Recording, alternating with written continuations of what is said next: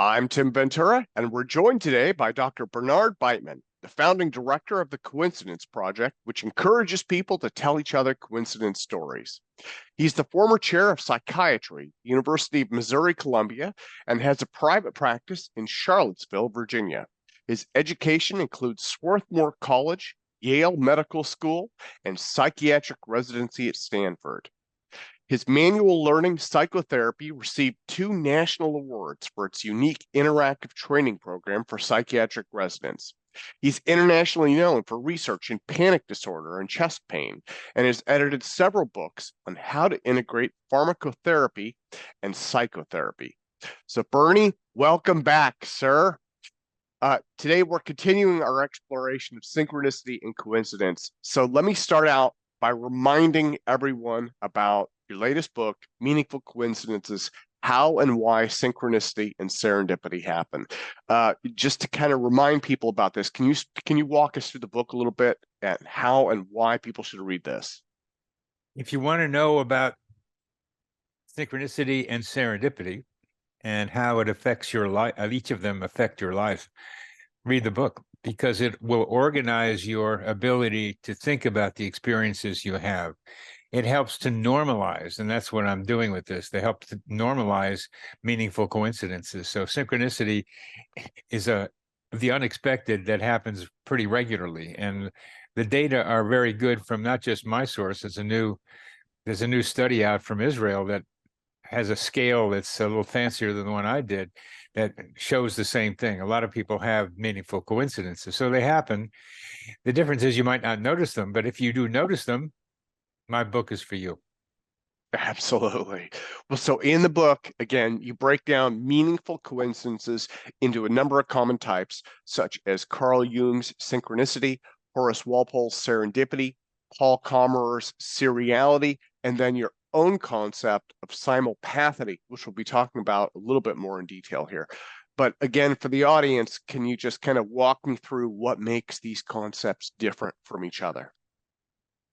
Well, what makes them the same is they're all meaningful coincidences. And by that, I mean they're two events or more that come together in a surprising, unexpected way without a good causal explanation. And those are all of them. Synchronicity usually involves interpersonal events, psychological events, and spiritual events, because Jung was that kind of guy. And seriality is like a concept that Paul Kammerer came up with because he just observed. He was a botanist and he liked to observe things. So he sat at a park bench and counted the number of umbrellas of the same color and the same make and accumulated them. Serendipity was a discovery by Horace Walpole, again, by himself. He was looking for something, and surprisingly, that something showed up just when he needed it. And that's a perfect definition of serendipity, these happy accidents. So a lot of these are based on the experience of the person in the world, as my simulpathity one is. My experience, my father was choking 3,000 miles away, and I was choking 3,000 miles away from him, and he was bleeding into his own throat and dying around the same time I was choking uncontrollably. And that is my experience. So I talk a lot about simulpathity because we do experience the pain of a loved one at a distance. Yeah. Well, and again, I want to get into simulpathity a little bit more. This is something that's definitely close to my heart. My mother has told me a story many times about having an intense pain in her hand, and for some reason, she had the desire to call her mother. When she did, her mother had just seriously burned herself, same place, same hand, same time while she was cooking. Right. So that's exactly, it sounds like exactly the same thing that you encountered with your father. So in terms of simulpathity, how many instances of this have you been able to document? Have you been able to do any kind of study or anything like that around it to kind of flesh out more about what's going on there? Well, first, as good science, you answer the question that you just asked. Does it happen? It was just weird because it happened to you and happened to your mother. Absolutely not. My weird coincidence survey, which people can take at my website or at thecoincidenceproject.net, to see how sensitive they are to coincidences includes the simulpathity question, feeling the pain of a loved one at a distance. How often does that happen? And the answer quite commonly is sometimes, not rarely, not often. We wouldn't want that to be often, but that's another story we can get into, that they happen regularly to people or often to people. And another book from here at the University of Virginia called Telepathic Impressions by Ian Stevenson documented this even further and demonstrated, as you and I are also demonstrating, that the most common version is between parent and child. Your mother, her mother, my father, me. Those are the most common, but surprisingly, it also the second most common is among friends, people who are close. So the key element here is the intensity and closeness of the relationship of the two people who are experiencing the simulpathity. So I wanted to get into this because simulpathity seems to happen between people who are closely connected. And you mentioned telepathy. It sounds like people have experienced probably milder forms of this, right? Like you're getting ready to call or text someone and you get a call or text from them. I distinctly remember, this is my own life. Many years ago, there was I had about a 2-week period where I was picking up the phone and the person I was going to call would be on the other end, but the phone hadn't rung yet. So it was, I like those. I like those. yeah, I mean, it's, and for whatever reason, I mean, again, maybe this is Paul Commer's clusters of events, but it seemed like this happened for about 2 weeks. I would go just randomly. I would go to, I believe it was my ex-wife now, and I would go to call her, and I would pick up the phone, and she'd be there, but it hadn't rung. And I said, well, there's something else going on there. So, I mean, this connection, I guess. I, I don't. I'm wondering. I mean, does it seem like that is kind of the common link in these events? It doesn't seem it is. It can happen in other versions of relationships too. It happens with friends you have not heard from for a while, but they're intense pain or something, and you can pick it up. But I heard a good one the other day after we talked the last time, Tim. A mother knew just when her son lost his virginity. That might be a little bit too much information. Well, it might be, but it shows you that there's possibilities that I've wondered about, that you can pick up positive experiences of other people rather than just the negative, awful ones, which the two examples we've just used. They usually are about death or some kind of pain, but there has to be some positive ones happening as well. And I bring this up because here's a good example. Yeah. Well, so one thing I want to play the devil's advocate for a moment and give their due to the mainstream, I guess. And mainstream tends to poo-poo telepathy and anything with the name psychic for good reason, right? After I mean, literally millennia of stuff ranging from augury, right? The Romans were doing that with chicken guts to tarot cards. All the girls at my daughter's school are into tarot cards now. There's so much, I guess, hucksterism. I think that might be the word. That it's no surprise that mainstream science is absolutely terrified of this, and yet it seems like these events, telepathy, psychic powers, this connection, whatever you want to call it, seems like there's something there. I recently interviewed Dr. Etzel Cardania, who published an exhaustive analysis of rigorous parapsychology studies in the APA journal's American Psychologist back in 2018. So that was a peer-reviewed paper, and it strongly supported the idea of what we might call psychic phenomena, and I think he also described it as micropsychokinesis in many events. Are you familiar with that paper? What are your thoughts on that? I suggested it to you. What are you talking about? Of course I am. Okay. And I really enjoyed your interview with him because you squeezed out of him what kinds of things can be transmitted in strange ways. And it was really a little part of it, but so important. Information is what he said, being able to move objects, only micro, little things probably, but not big things.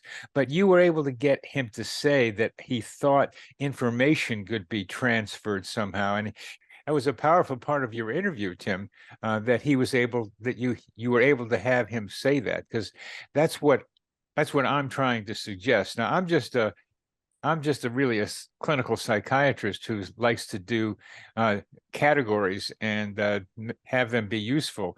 I'm not the kind of detailed scientist, the statistician that Etzel is, and it's amazing, and I have a lot of respect for that. But I'm out here just clomping around trying to figure out what's going on, and this stuff happens, and I have data that we can experience the pain of a loved one at a distance. I have plenty of stories of people with telephone telepathy. They think of somebody and they call or somehow contact them. I just talking to that guy the other day. Oh yeah, that's one of my regular ones. I don't think about that too much.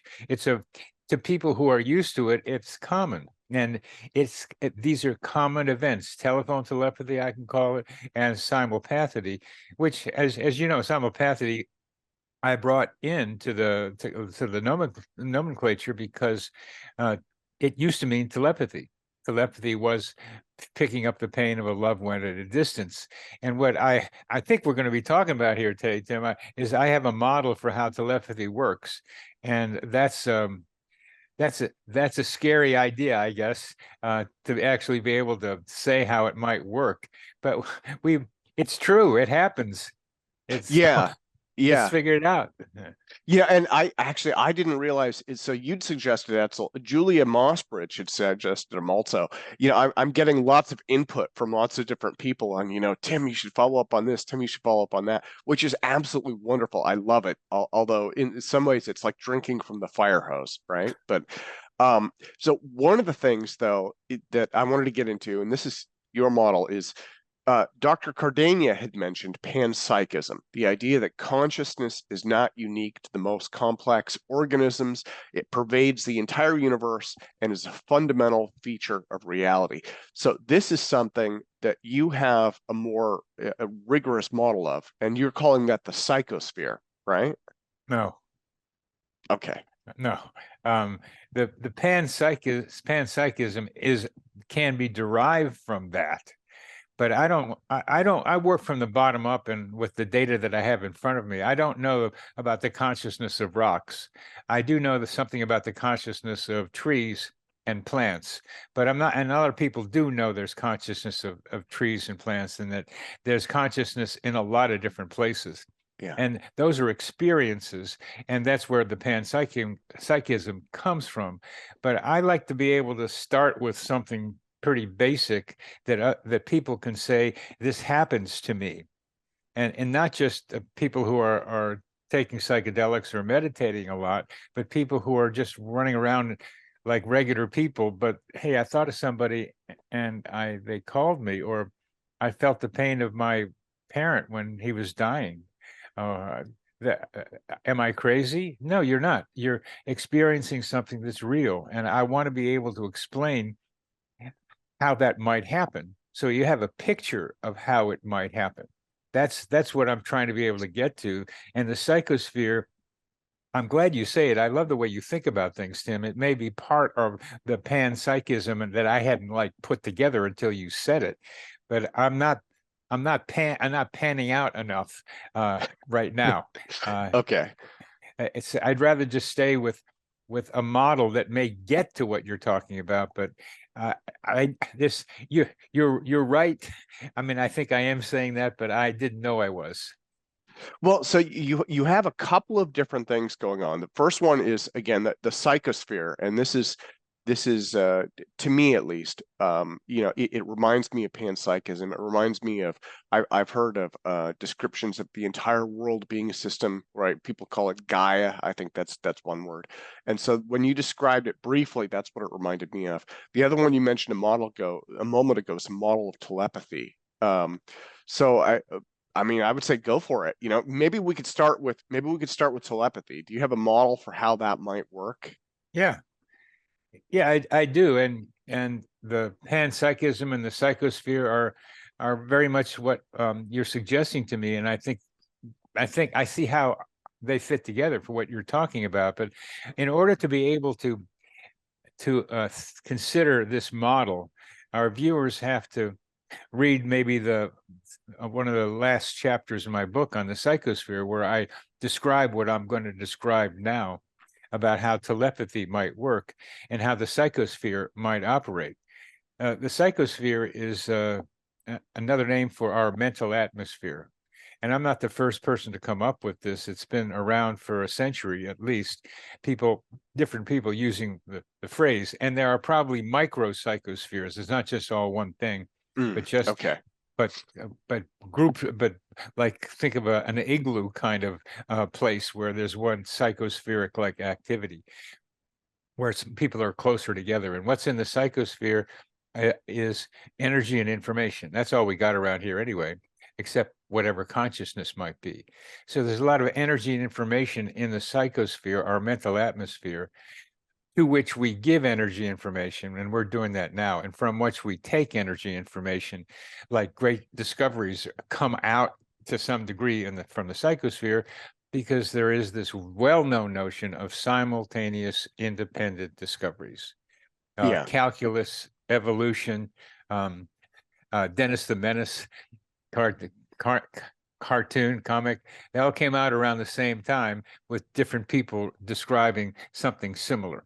So there's something that we're all feeding off of, and simultaneous independent discovery suggested. And also, if there's anything our viewers and listeners get out of this, Tim, it's if you've had a weird circumstance, a weird coincidence or something happen to you, you ain't the only one. Yeah. Yeah. Because they try to make you feel so special because they're low probability. But my job is to say these are common. And if it happened to you, it's happening to someone else, or will, or has with somebody else. So there's plenty of evidence for that. That's an important thing to be able to keep in mind. We're all feeding off the same information. It's not just TV and internet. There's something else that is giving us information and absorbing from us. Okay. In terms of this idea of something larger, I did research on this last night, and you've got Plato, Aristotle, the Stoics, St. Francis of Assisi, as well as scientists and mathematicians, a little bit more contemporary folks like Bertrand Russell, Alfred North Whitehead, Arthur Eddington, Ernest Schrödinger, and Max Planck, right? Two of the formative figures in quantum mechanics, as well as the psychologist William James, and in a separate resource I studied Thomas Edison. And they had all proposed this same idea that we are connected to something greater, that consciousness isn't just between our ears, that there's something larger out there, I guess. And I think that's really what you're alluding to. And when you talk about multiple simultaneous like inventions, that's something I've heard about many times, right? You'll say, who invented this? And it may turn out that you had 5 different people in remote areas that have invented it. Many times they submitted patents and they had no idea that each other was working on it. So, maybe that all comes from the same place. It all comes from the same place, and it's the seekers who reach up and grab the idea. I'm seeking, so you got to grab it. And I'm very literal about this. When we talk about consciousness, it's very difficult to know what that is, because that's all it would say. There's material, there's energy, and there's consciousness. Well, I think there's energy and information running around in this consciousness thing that we have access to. And what I'm interested in is helping people develop a model for how to think about how we make connections with what's running around and floating around in the psychosphere, and seeking, open your mind, and wanting to invent the Dennis the Menace cartoon, or wanting to do something with calculus or evolution. You have to be looking around you, and then somehow above you, and open your head to open your mind to let this information come in. And it's all around us. Yeah. Well, I wanted to ask if you think that this information that's around us, if the sharing is based on quantum mechanics, because this is something actually in email before the interview, one of the things that you'd said was be careful before you jump into QM as an explanation for this, right? I mean, that's an area where like it's very fashionable nowadays, right? Because of non-locality. And so you can go down to Barnes and Noble and pick up 100 different books that say telepathy, quantum mechanics, problem solved. But I think what you're saying is it's not that simple, right? It's quantum mechanics is helping to use a hard to explain theory to explain a hard to understand phenomenon. And so you get nice and confused doing both of those. And I want to have a picture. The picture that quantum mechanics offers is very alluring. It's very alluring. We like to have metaphorical parallels, as in coincidences. Two things are matching each other in some way. And the spooky action at a distance, Einstein called entanglement, where you take the two particles, most people know this, that are entangled and separate them and do something to one, and the other will have an equal and opposite reaction at the same time, faster than the speed of light. So when you say entanglement, then you can say your mother it was entangled with her mother, and that entanglement was like quantum mechanics. So like that between two little photons or electrons. So your mother's, the two women are like electrons entangled, and therefore they feel each other's experiences. But the metaphor and the allure that of quantum mechanics is like the world is not the way we think it is. And so this might be the way it applies to the world as we know it. It's a beautiful, wonderful thing. And Deepak Chopra is out banging the drum of non-local, which means it doesn't happen just here where I'm standing. It happens someplace else. And telepathy is non-local. I mean, but it doesn't require, in my view, quantum mechanics to explain it, because it happens here and it happens there. It's not in the same place. It's not like I feel empathy with a person right now. You and I are non-local. You want to talk about it, and we're not in the same place. But the word non-local can mean lots of different things. Okay. So that gets ambiguous also. And what I'm trying to suggest is the psychosphere is a place in which telepathy is mediated, and there, in order for us to talk about it and for our audience to understand it, it would be two assumptions that I would ask you to accept. One is the psychosphere with energy information floating around in it. The other is in that you, Tim Ventura, and I, Bernard Beitman, have higher selves. This term's used a lot, higher selves. So I get kind of literal and say my higher self is higher up than I am.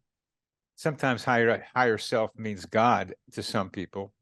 But let's say you have a higher self, and this is the picture I'm trying to point out to, a higher self that's connected to your mind, that's floating around like a balloon in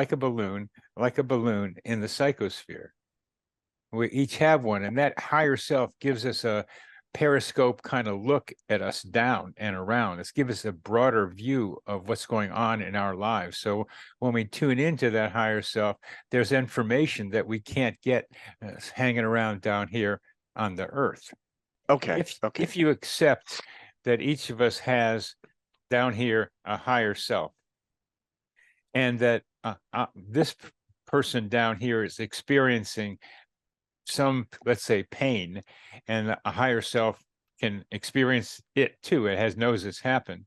But this person also has a connection with somebody else who has a higher self.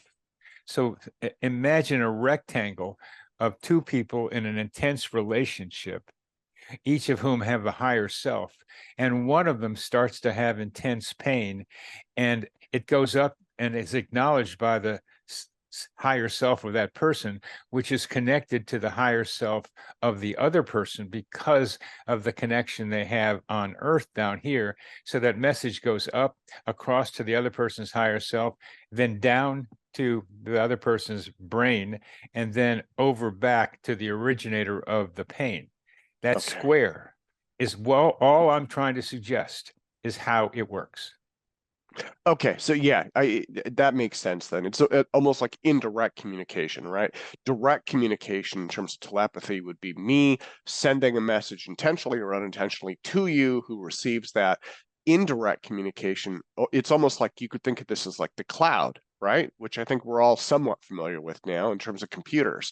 It goes someplace else and it can come back out, right? So it goes into the network, and actually what you're describing in terms of higher selves, people might be able to visualize that maybe a bit like the Matrix, right? Where they're in the Matrix, they have a body, to them it seems incredibly real, but there's another reality that they're connected to. It's the same them, it's just two different aspects of the same them, but they're very different realities. Okay, I think that's good. And how do they differ is, I mean, I love how you think about these things, because this is just an idea I've got, and I need to hear responses like yours. So that it's like us, but it's an alter ego, is the kind of way you say it in the Matrix, that is separate from us. I don't need to think about it that way. I'm still pretty literal, but it's like, it's the problem. The way I think about it is still, how does my mind connect with my brain? Nobody has a good answer to that. And of all this stuff, You're talking about the hard problem in consciousness. yes, sir.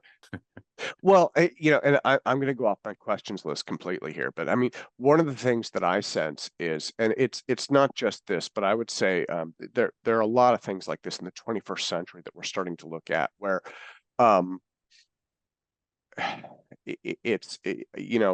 anything telepathy, right? I mean, again, it's completely outside of the mainstream. They have Yes. they have quote unquote explanations for why it all happens.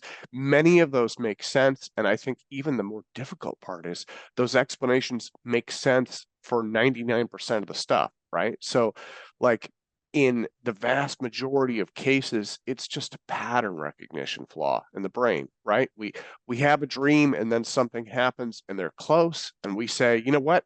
That was my dream. Well, it wasn't your dream. Your brain is changing the memories to fit. But it's that 1% that just can't be explained, right? Like, again, with your father or my mother's story, and you say, okay, this statistically, it's impossible. The odds of this happening are so slim to none that there's no chance this would ever happen. This has to mean there's something more out there, right? It seems like that's the challenge right now. Is just it's like we're still on this verge of it. I don't know. I mean, would you kind of agree with that, or? I do. I do. I do. Yeah, I think the other thing, this is just something I've noticed, is um it seems like in terms of parapsychology, the work that you're doing, the work that Julia Mossbridge is doing, and many others, is that it is not the same thing as the fortune teller at the mall telling you, what your tarot card reading is. And I think that's one of the things that really needs to be delineated for people is it's data driven, it's case study driven, it's analytical, and you're not simply pulling things out of thin air, so to speak, and saying, okay, here is your future. You will meet a tall, dark, and handsome stranger. What you're doing is rigorous, right? I think that's for me, that's one of the things that's really interesting about it. You mentioned case accumulations, and that's where I start. That's the medical way of doing things, as well as other people. When the psychic says you're going to meet your future wife, she comes from Nigeria, and you're going to meet her on Third Avenue and Second Street, and that happens, it becomes a little less probably random for that person to have it happen or match the pattern. But there's a lot of throwing out of ideas, and to how to be able to pull the good ones out from the bad ones is part of what we're doing. Yeah, absolutely. Well, I wanted to ask, and you and I have never talked about this, so I'm just kind of guessing, but I've been really excited about the Global Consciousness Project lately. which is it's just kind of popped back into my head. I've been following it off and on since the 90s when it started, and they've been collecting data for something like 25 years. But what brought it to mind was when we were talking about quantum mechanics, it appears that they're actually using variances in a quantum tunneling diode to drive their random number generation. So in a strange sense, that might almost put some weight behind this QM description of things. Are you familiar with GCP at all? Yeah, Yeah. yeah. What are your thoughts on that project in general? Does that support kind of the psychosphere idea, the model that you've been working on? Does at simultaneous independent discoveries, people thinking about the same thing at the same time. It's a little different from that, but yes, I think Etzel made a very important point that if you do a zillion measurements and you get a difference between 50.2 and 49.8, that becomes statistically significant because you've done so many repeated studies of them. Just how does it apply in the real life? It's hard to make a judgment about that small a difference. However, he did start talking about, and I agree with it, about little things that just pop in the night, which is what this global consciousness thing might represent. A little blurb that really is something important that we have to pay attention to. And I think that's because it becomes a question, but I add it to our understanding of the psychosphere. Yeah, yeah. Well, and that's something that I hope to explore more as well, and as folks have pointed out to me, it's very rudimentary, but the thing that interests me about experiments like that is they provide really basic level data that then folks like yourself can use to make more educated analysis of what's happening in case studies and on a larger level. Right. And you're able to look at it and say, okay, well, we see this, we see that, we don't see this, we don't see that. Maybe those things by themselves coming out of, some computer in somebody's basement or 1,000 computers, maybe those don't make any sense or have a lot of bearing on their own. But when you start to look at them in the context of case studies and theory and analysis, my hope is that things like that can basically just help this evolve, I guess, from I guess a good idea into a rigorous science. That we can use. Yeah. That we can Yes. use. And what part of a rigorous science is to develop a model. And this rectangle I'm describing for telepathy is a model. It's a simple way of thinking about it, which I invite responses to, like you're suggesting that we consider the matrix possibility of looking at the metaphor of that here. We need not just data, we need pictures. We need models for how stuff like this can work. Human beings like to visualize. And as Einstein liked to say, imagination is probably our most powerful thing, the ability to be able to imagine. And I'm trying to encourage people to have the courage to imagine a model for telepathy, because if this model is even thought about by a lot of people, that's going to help make people wonder about consciousness. Because as Etzel and you very well know, if you can show, as Etzel has started to, that telepathy at least is substantiated by data. Doesn't mean it's real, and we can argue about that, but it is real to us chickens down here wondering about how things work. If we can say telepathy seems real and we have a model for how it works, it gets people able to talk about their relationships and the importance of relationships. Like twins do a lot of this stuff, especially identical twins, as you might imagine. And that we each talk about having a higher self. Well, let's define those more clearly, but the terms are out there. And the term psychosphere has been around for a long time. So these are kind of ideas that maybe are artistic in a way or preliminary. But once we have a way of thinking about it, visualizing, that's also a step forward in science. It's not just the data, it's a model that you can use. That's why entanglement is so attractive, because you can imagine these two things being entangled and then separated and apply that to an individual. That's why it's seems like such a good idea, but there's a big gap. There's a big gap to small to big. Well, one of the other exciting ideas is predictive abilities, right? Not just being able to develop a model, but being able to say, okay, in the case of simulpathity, lots of people have relatives who have medical issues who don't experience anything, right? And so being able to say, you have a connection, you will experience this, whereas these people may not necessarily. We're not making a value judgment. We're just saying the connection is or is not there based on this model, right? Or stuff like the phone ringing, and picking up the phone when somebody's calling you, all that kind of stuff. If there's predictive abilities, then to me it seems like that again, it just adds to the rigor, right? And it gets people more engaged in understanding what these abilities or this connection is. Right on. Very, very good. Very good. Yep. Yeah. Well, Bernie, on that note, let me thank you so much for your time today.